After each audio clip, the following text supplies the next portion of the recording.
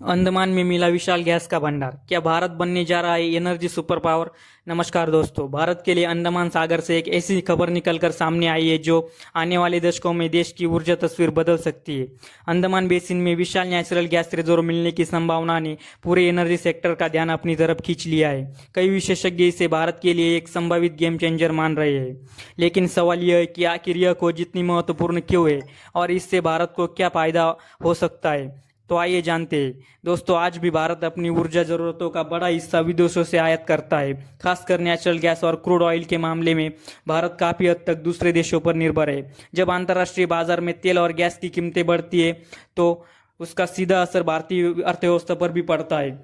इसी वजह से भारत लंबे समय से अपने देश में नए ऑयल गैस रिजर्व खोजने की कोशिश कर रहा है। अब अंडमान बेसिन से मिली यह खबर उसी दिशा में एक बड़ा कदम माना जा रहा है। अंडमान सागर का यह क्षेत्र भूवैज्ञानिक रूप से काफी महत्वपूर्ण भी माना जाता है। वैज्ञानिकों का मानना है कि यह समुद्र के नीचे बड़े पैमाने पर हाइड्रोकार्बन रिसोर्सेज मौजूद हो सकते हैं। हाल ही में की गई एक्सप्लोरेशन एक्टिविटीज के बाद इस क्षेत्र में नेचुरल गैस की बड़ी संभावनाएं दिखाई दी है। अगर आने वाले समय में यह रिजर्व कमर्शियल प्रोडक्शन के लिए उपयुक्त होता है तो भारत को कई बड़े फायदे मिल सकते हैं। सबसे पहला फायदा होगा एनर्जी सिक्योरिटी में बढ़ोतरी।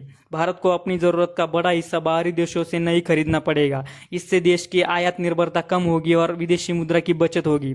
दूसरा बड़ा फायदा होगा उद्योगों को मिलेगा, जो नेचुरल गैस का उपयोग बिजली उत्पादन, उर्वरक उद्योग, पेट्रोकेमिकल सेक्टर और कई अन्य उद्योगों में किया जाता है। घरेलू उत्पाद बढ़ने से इन क्षेत्रों को सस्ती और स्थिर ऊर्जा मिल सकती है। इससे भारत की एनर्जी सिक्योरिटी मजबूत होगी, आयात निर्भरता कम होगी और देश एनर्जी सेल्फ रिलायंस की दिशा में एक बड़ा कदम आगे बढ़ा सकेगा। तो दोस्तों, क्या आपको लगता है कि अंडमान भारत का अगला एनर्जी हब बनने जा रहा है? अपनी राय कमेंट करके जरूर बताएं और ऐसे ही जियोपॉलिटिकल वीडियोस के लिए चैनल को लाइक और सब्सक्राइब जरूर करें।